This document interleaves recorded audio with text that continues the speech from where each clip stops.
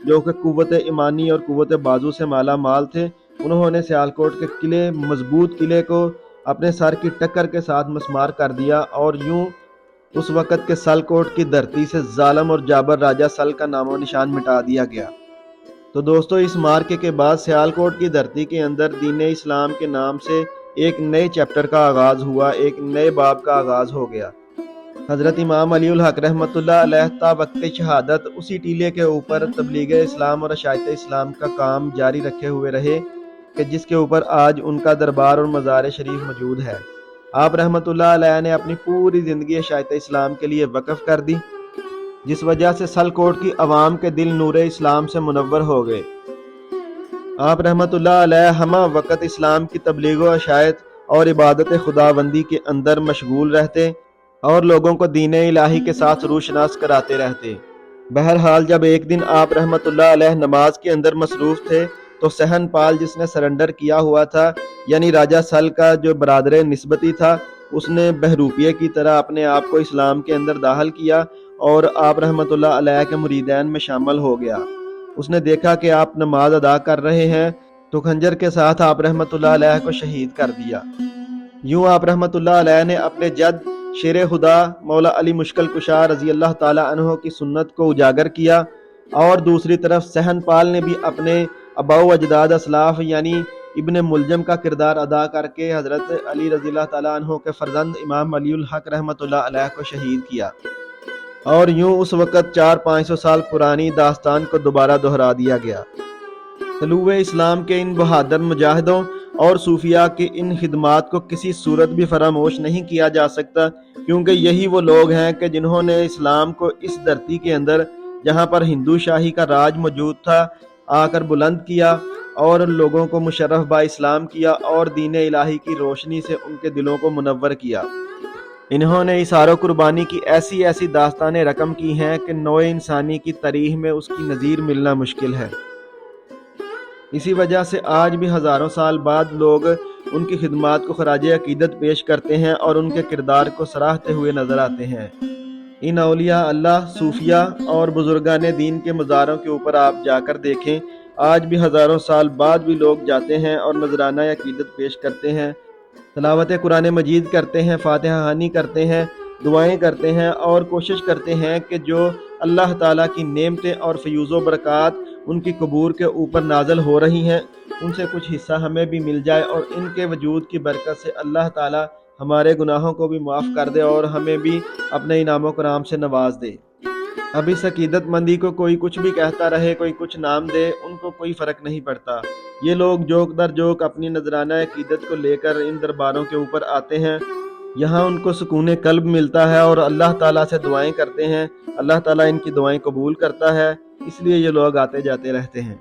ان صوفیاء کرام کے مزاروں پر ہمیشہ ایک میلے کا سا سما بندھا رہتا ہے۔ وہ حضرت علامہ اقبال رحمۃ اللہ علیہ فرماتے ہیں، بلا نبھے گی تیری ہم سے کیوں کر اے واعظ، کہ ہم تو رسم محبت کو عام کرتے ہیں۔ الہی سحر ہے پیران ہر کا پوش میں کیا، کہ ایک نظر سے جوانوں کو رام کرتے ہیں۔ میں ان کی محفل عشرت سے کانپ جاتا ہوں، جو گر کو پھونک کے دنیا میں نام کرتے ہیں۔ تو دوستو، یہ تصوف دائرہ عقل میں آنے والی چیز نہیں، آ سکتی ہے، لیکن اس کو دائرہ عقل میں لاتے لاتے بندہ خود صوفی بن جاتا ہے تو دنیا والے اسے بھی پھر اسی نظر سے دیکھنا شروع کر دیتے ہیں۔ امید کرتے ہیں دوستو آج کی ویڈیو آپ کو پسند آئی ہوگی۔ اپنی رائے کا اظہار کمنٹس باکس میں ضرور کیجئے گا۔ انشاءاللہ جلد ہی ملتے ہیں آپ کو ایک نئی ویڈیو کے ساتھ، ایک نئے منظرنامے کے ساتھ، ایک نئے سفر نامے کے ساتھ۔ سرکار امام صاحب رحمۃ اللہ علیہ کے دربار کے تمام مناظر، ان کے لنگر خانے سے لے کر قبرستان کے تمام احاطہ، گراؤنڈ، ہر چیز کو آپ کی بصارتوں کے نظر کرتے ہوئے آپ سے اجازت طلب کرتے ہیں۔ اوکے جی، اللہ حافظ، فی امان اللہ۔ یہ غازی، یہ تیرے پر اسرار بندے، جنہیں تو نے بخشا ہے ذوق خدائی، دو نیم ان کی ٹھوکر سے صحرا و دریا، سمٹ کر پہاڑ ان کی ہیبت سے رائی، دو عالم سے کرتی ہے بیگانہ دل کو، عجب چیز ہے لذت آشنائی، شہادت ہے مطلوب و مقصود مومن، نہ مال غنیمت نہ کشور کشائی، خیاباں میں ہے منتظر لالا کب سے، کبا چاہیے اس کو خون عرب سے، کیا تو نے صحرا نشینوں کو یکتا، خبر میں نظر میں اذانے سحر میں، طلب جس کی صدیوں سے تھی زندگی کو، وہ سوز اس نے پایا انہی کے جگر سے۔ کشادہ درے دل سمجھتے ہیں اس کو، ہلاکت نہیں موت ان کی نظر میں۔ دل مومن میں تھی نعرۂ لا تذر میں، دل مومن میں تھی نعرۂ لا تذر میں، عزائم کو سینوں میں بیدار کر دے، نگاہ مسلماں کو تلوار کر دے۔ اٹھو میری دنیا کے غریبوں کو جگا دو، کاہ عمرہ کے در و دیوار ہلا دو، گرماؤ غلاموں کا لہو سوز یقین سے، کنجش کے فرومایا کو شاہی سے لڑا دو۔ سلطانی جمہور کا آتا ہے زمانہ، جو نقش کہن تم کو نظر آئے مٹا دو۔ جس کھیت سے دہقاں کو میسر نہیں روزی، اس کھیت کے ہر خوشۂ گندم کو جلا دو۔ کیوں خالق و مخلوق میں حائل رہے پردے، پیران کلیسا کو کلیسا سے اٹھا دو۔ حق را بسجود سنمارا بطوفے، بہتر ہے چراغ حرم و دیر بجھا دو۔ میں ناخوش و بیزار ہوں مرمر کی سلوں سے، میرے لیے مٹی کا حرم اور بنا دو۔ تہذیب نوی کار گہے شیشہ گراں ہے، آداب جنوں شاعر مشرق کو سکھا دو۔ خرد مندوں سے کیا پوچھوں کہ میری ابتدا کیا ہے، کہ میں اس فکر میں رہتا ہوں میری انتہا کیا ہے۔ خودی کو کر بلند اتنا کہ ہر تقدیر سے پہلے، خدا بندے سے خود پوچھے بتا تیری رضا کیا ہے۔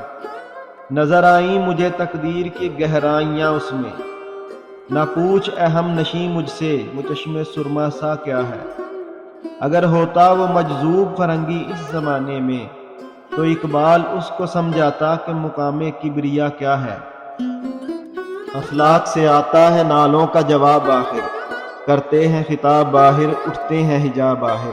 احوال محبت میں کچھ فرق نہیں ایسا، سوز و تب و تاب اول سوز تب و تاب آخر۔ میں تجھ کو بتاتا ہوں تقدیر امم کیا ہے، شمشیر و سنا اول طاؤس و رباب آخر۔ میخانہ یورپ کے دستور نرالے ہیں، لاتے ہیں سرور اول دیتے ہیں شراب آخر۔ کیا دبدبائے نادر کیا شوکت تیموری، ہو جاتے ہیں سب دفتر غر کے مئے ناب آخر۔ خلوت کی گھڑی گزری جلوت کی گھڑی آئی، چھٹنے کو ہے بجلی سے آغوش سحاب آخر۔ تھا ضبط بہت مشکل اس سیل معانی میں، تھا ضبط بہت مشکل اس سیل معانی کا، کہہ ڈال قلندر نے اسرار کتاب آخر۔ کبھی اے حقیقت منتظر نظر آ لباس مجاز میں، کہ ہزاروں سجدے تڑپ رہے ہیں میری جبین نیاز میں۔ تو رب آشنائے خروش ہو، تو نوائے محرم گوش ہو، وہ سرور کیا کہ چھپا ہوا ہو سکوت پردہ ساز میں۔ رمے طوف کرمکے شمع نے کہا کہ وہ عصر کہن، کہ تیری حکایت سوز میں نہ میری حدیث گداز میں۔ نہ کہیں جہاں میں اما ملی، جو اما ملی تو کہاں ملی، میرے جرم خانہ خراب کو تیرے عفو بندہ نواز میں۔ جو میں سر بسجدہ ہوا کبھی تو زمین سے آنے لگی صدا، تیرا دل تو ہے صنم آشنا تجھے کیا ملے گا نماز میں۔